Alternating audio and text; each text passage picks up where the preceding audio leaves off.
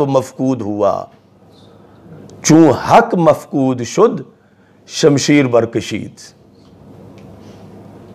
شمشیر برکشید.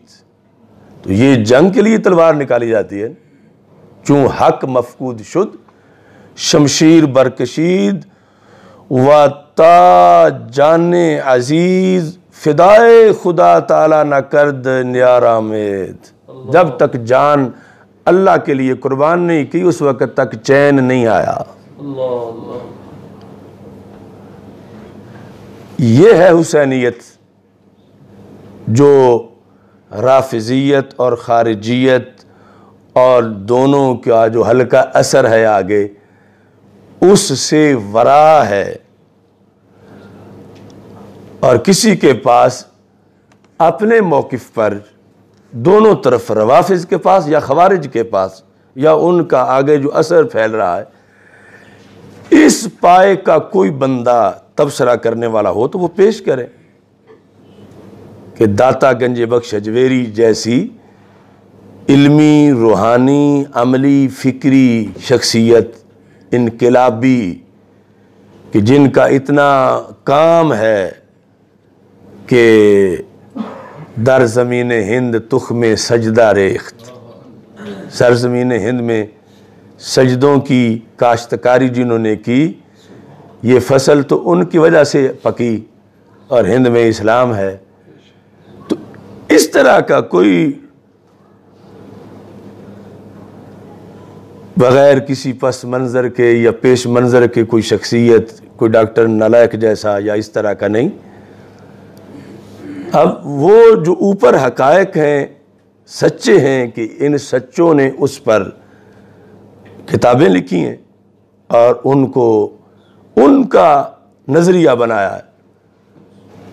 یہ نہیں کہ خطوں کا دھوکہ کھا کے چلے گئے تھے اور دھوکے میں شہید کر دیے گئے. گنی تلوار نکالی اور جان اپنے نظریے سے پیش کی، اور تب نکالی کہ جب نکالنا جائز تھا، اور جب تک نہیں نکالی تو اس وقت حق تھا. یعنی حضرت امیر معاویہ رضی اللہ تعالیٰ عنہ کو حق قرار دیا، اور یزید پلید جو ہے اس کے زمانے میں کا حق مفقود ہو گیا. تو امام حسین رضی اللہ تعالیٰ عنہ نے تلوار نکالی، اور پھر صرف نکالی نہیں، اس وقت تک آرام نہیں کیا جب تک کہ اپنی جان اس نظریے پہ قربان نہیں کی. امام حسین رضی اللہ تعالیٰ عنہ کا کربلا جانے میں مقصد کیا تھا؟ اس کے اندر یہ بات بھی موجود ہے کہ جب حر سے آپ کا آمنا سامنا ہوا، یہ بھی درجنوں ماخذ میں ہے، اور اس میں امام حسین رضی اللہ تعالیٰ عنہ آپ سے جس وقت حر نے کہا کہ آگے جاؤ گے تو قتل ہوگے، تو امام حسین رضی اللہ تعالیٰ عنہ نے کیا فرمایا؟ 409 صفحے پر یہ ہے اس الکامل میں، باقی بھی سارے ماخذ میں. آپ نے یہ ارشاد فرمایا، بالموت تخوفنی، کہ ڈرانا حسین کو ہے اور صرف موت کا ہی نام لے رہے ہو.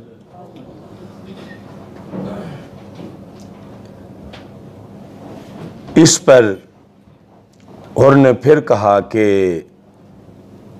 نہیں، آگے سوائے موت کے کچھ نہیں. اَيْنَ تَذْهَبُ فَإِنَّكَ مَقْتُولٌ.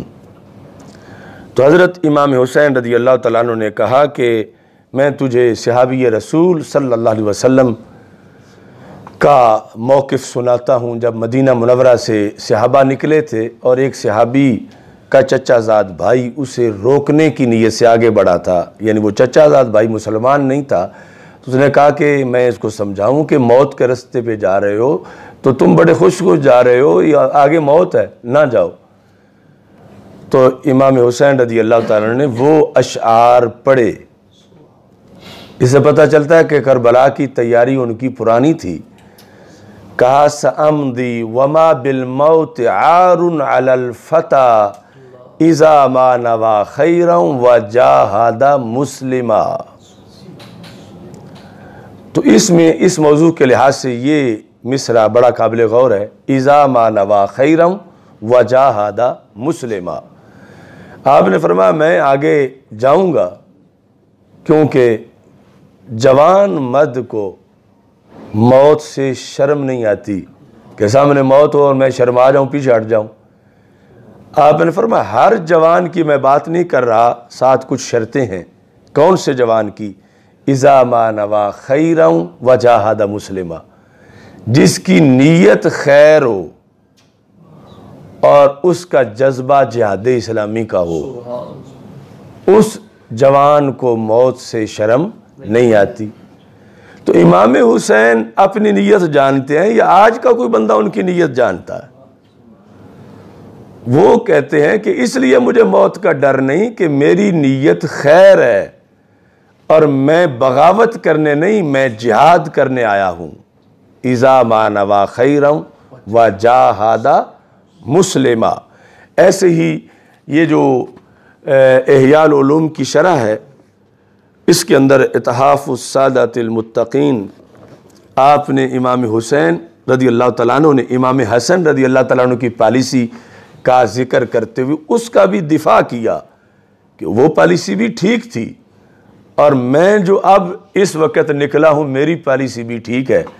اور اس پر یہ جو 491 صفحہ ہے جلد نمبر 7 کا، اس میں آپ نے اس سلسلہ میں پوری وضاحت کی اور یہ امور حضرت امام حسین رضی اللہ تعالی عنہ نے واضح کیے کہ اس وقت جو میری صورتحال ہے میں اس پر یعنی پورا اجتہاد کر کے دلائل سے آگے بڑھ رہا ہوں۔ ابھی میں وہ تفصیل بیان کرتا ہوں۔ یہ جو ذہبی نے پہلے اس کا ذکر کر کے کہ ذہبی نے جلد نمبر 4 صفحہ نمبر 423 پر یہ لکھا ہے کہ امام حسین رضی اللہ تعالی عنہ نے کربلا میں خطاب کیا۔ اس میں کیا تھا؟ یعنی حالات جو لوگ کہتے ہیں کچھ تھا ہی نہیں تو کیوں نکل پڑے؟ آپ نے فرمایا الا ترون الحق لا يعمل به، اے لوگو تم دیکھتے نہیں کہ حق پہ عمل نہیں ہو رہا،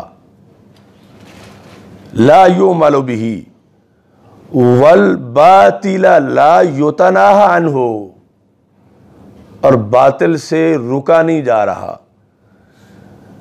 حق یہ تھا کہ باطل سے اجتناب کیا جاتا اور حق پہ عمل کیا جاتا، تو یہاں الٹ ہو چکا ہے۔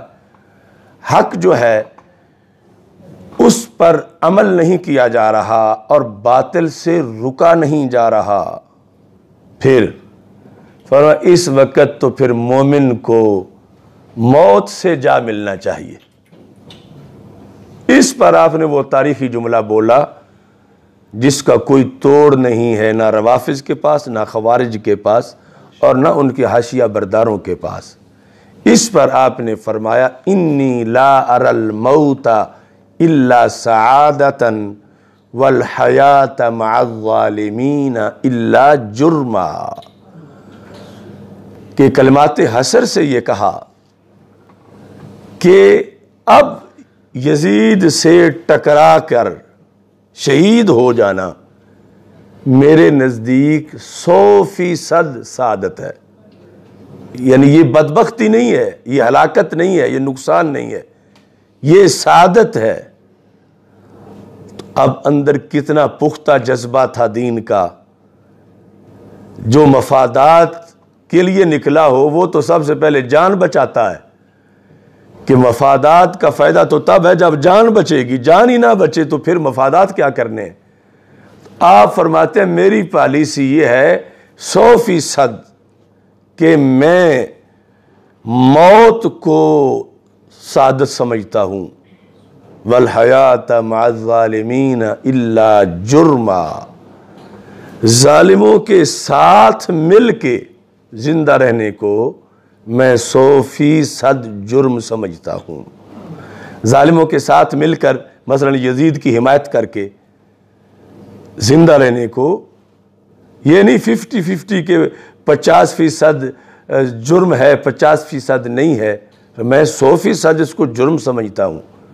تو میرے نزدیک اب حیات سے وفات اچھی ہے، چونکہ حیات اس طرح کی مل سکتی ہے کہ میں یزید کی حمایت کر دوں، تو مجھے ایسی حیات نہیں چاہیے، چونکہ ایسی حیات جرم ہے۔